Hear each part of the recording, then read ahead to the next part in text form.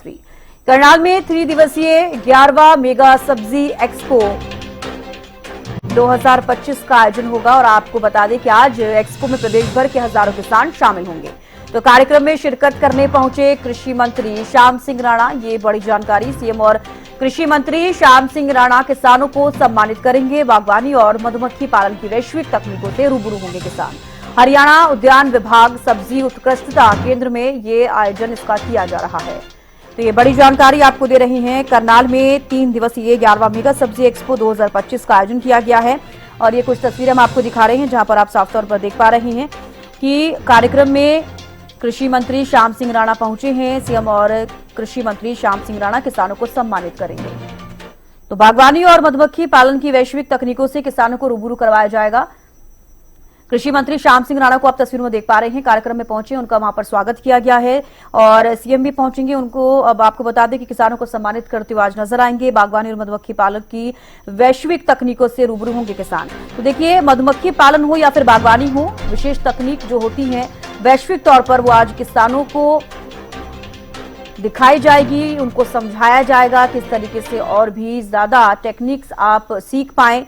हरियाणा उद्यान विभाग सब्जी उत्कृष्टता केंद्र में इसका आयोजन किया जा रहा है। तस्वीरें भी हम आपके साथ साझा कर रहे हैं। कार्यक्रम में शिरकत करने पहुंचे हैं कृषि मंत्री श्याम सिंह राणा। सीएम और कृषि मंत्री श्याम सिंह राणा किसानों को सम्मानित करेंगे। बागवानी और मधुमक्खी पालन की वैश्विक तकनीकों से रूबरू होंगे किसान। तो कई सारी चीजों का ध्यान रखा जाएगा, किसानों को कई टेक्निक्स यहां पर सिखाई जाएंगी वैश्विक स्तर पर। और आपको बता दें कि बागवानी भी बेहद जरूरी होती है, किस तरीके से नई नई टेक्निक्स के हिसाब से आप बागवानी करें। तो ऐसे में इस कार्यक्रम में शिरकत करने पहुंचे हैं कृषि मंत्री श्याम सिंह राणा। तस्वीरों के माध्यम से आप देख पा रहे हैं, बुके देकर उनका स्वागत किया गया है। तो बागवानी और मधुमक्खी पालन की वैश्विक तकनीकों से किसानों को रूबरू करवाया जाएगा। और आपको बता दें कि सीएम और कृषि मंत्री श्याम सिंह राणा किसानों को सम्मानित भी करेंगे। तो आज एक्सपो में प्रदेश भर के हजारों किसान शामिल होंगे। 3 दिवसीय ये एक्सपो रहेगा। 11वां मेगा सब्जी एक्सपो 2025 का आयोजन किया गया है। तमाम तैयारियां इसको लेकर की गई हैं, प्रदर्शनी यहां पर लगाई जाएंगी। तो देखिए, सीएम और कृषि मंत्री श्याम सिंह राणा किसानों को सम्मानित करेंगे। देखिए, ये मेगा एक्सपो 21, 22 और 23 मार्च तक चलेगा। 3 दिन तक ये एक्सपो चलेगा। दूसरे दिन एक्सपो में विधानसभा स्पीकर हरविंदर कल्याण शामिल होंगे। 23 मार्च को सीएम नायब सिंह सैनी मुख्य अतिथि होंगे। तो 200 से ज्यादा बागवानी से जुड़ी कंपनियों की प्रदर्शनी यहां पर लगेगी। 22 एकड़ में फैले केंद्र पर बागवानी तकनीकों का प्रदर्शन होगा। और एक्सपो 2025 में उत्कृष्ट बागवानी पुरस्कार भी दिया जाएगा। 100 से ज्यादा सब्जी और मधुमक्खी पालन करने वाले किसान सम्मानित होंगे। ये मेगा एक्सपो 21, 22 और 23 मार्च तक चलेगा, यानी कि 3 दिवसीय ये मेगा एक्सपो रहेगा। दूसरे दिन एक्सपो में विधानसभा स्पीकर हरविंदर कल्याण शामिल होंगे। 23 मार्च को सीएम नायब सिंह सैनी मुख्य अतिथि होंगे। 200 से ज्यादा बागवानी से जुड़ी कंपनियों की प्रदर्शनी लगेगी। उत्कृष्टता केंद्र पर 11वां वेजिटेबल एक्सपो आज से शुरू हो चुका है। इस बार मेले को लेकर खास तैयारियां की गई हैं। किसानों को बागवानी के अलावा मधुमक्खी पालन, आलू उत्पादन की जानकारी भी मिलेगी। यानी कि किसान इस मेले से जहां सब्जियों का, फलों का उत्पादन, उससे संबंधित जानकारी प्राप्त कर सकते हैं, मशरूम उत्पादन की जानकारी हासिल कर सकते हैं। इसके अलावा किस तरह से शहद उत्पादन में वो आगे बढ़ सकते हैं, तमाम जानकारियां एक ही छत के नीचे इस वेजिटेबल एक्सपो में दी जा रही हैं। और हजारों की संख्या में किसान इस मेले में पहुंच भी रहे हैं।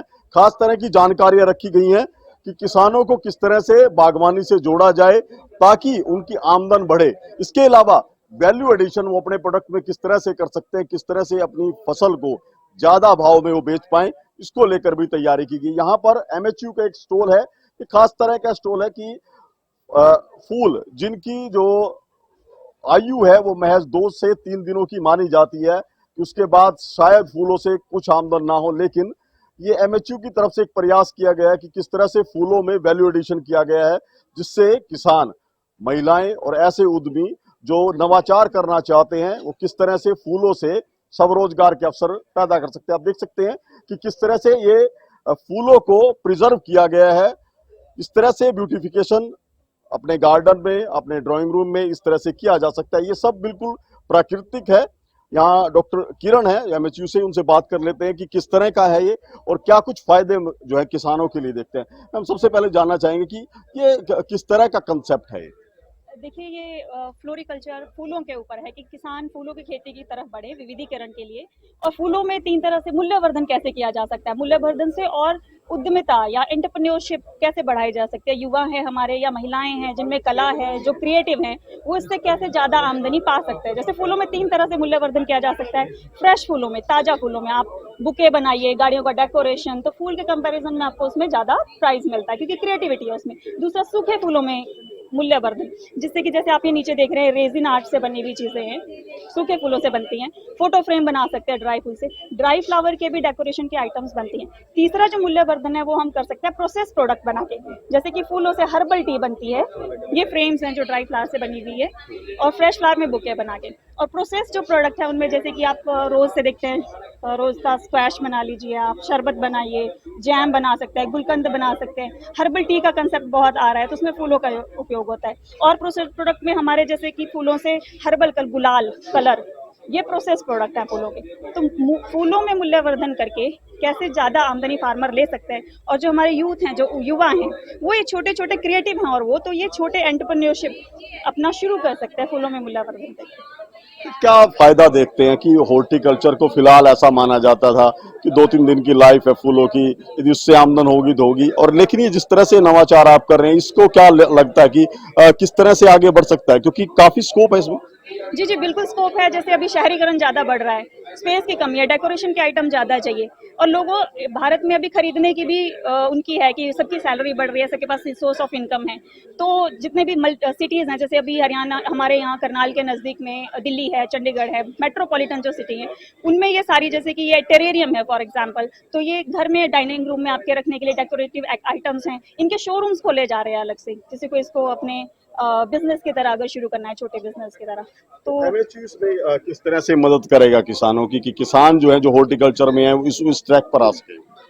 इसके लिए हम अभी कुछ दिन में थोड़ी ट्रेनिंग बच्चों को भी कराने वाले हैं, ये तो हम स्टूडेंट्स से सिखाते हैं, लेकिन फार्मर्स को भी हम ट्रेनिंग दे सकते हैं कि फूलों में, जैसे फ्रेश फ्लावर में फ्लोरिस्ट्री के स्किल्स, बुके कैसे बनाते हैं, अरेंजमेंट्स कैसे बनाते हैं, ये इस तरह की ट्रेनिंग, या फिर सूखे फूलों से जो भी आइटम्स बनाई जाती हैं, इसकी हम उनको ट्रेनिंग देके उनको हेल्प कर सकते हैं। कि तो बिल्कुल देखिए, ये बिल्कुल नया एक नवाचार है कि किस तरह से फ्लोरिकल्चर को उद्योग के साथ जोड़ा जाए, युवाओं की जो रुचि है उसके साथ जोड़ा जाए। इसके अलावा नए अवसर किस तरह से निकलेंगे, स्वरोजगार के हों, आमदन के हों, ये एक नया स्वरूप जो है महाराणा प्रताप बागवानी यूनिवर्सिटी की तरफ से तैयार किया गया है, ताकि जो फ्लोरिकल्चर से किसान जुड़े हुए हैं उनको ज्यादा से ज्यादा फायदे मिले।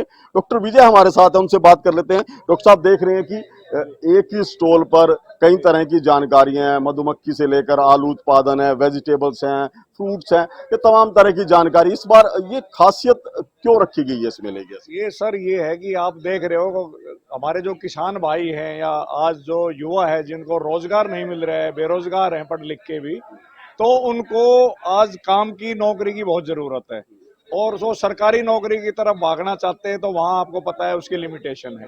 तो इस तरह के हम नवाचार जो नई नई तकनीकी दे करके, जैसे आपने देखा फूलों से रिलेटेड है, मशरूम का है, और दूसरा इधर फूड एंड प्रोसेसिंग का है, तो उसमें हम जो है लोगों को कैपेसिटी बिल्डिंग प्रशिक्षण देकर, उनको नई नई तकनीकों का ज्ञान देकर, हमारे वैज्ञानिकों द्वारा, हमारे विश्वविद्यालय द्वारा, तो उनको स्वरोजगार और आमदनी की तरफ बढ़ाएं। यही हमारा मुख्य उद्देश्य है।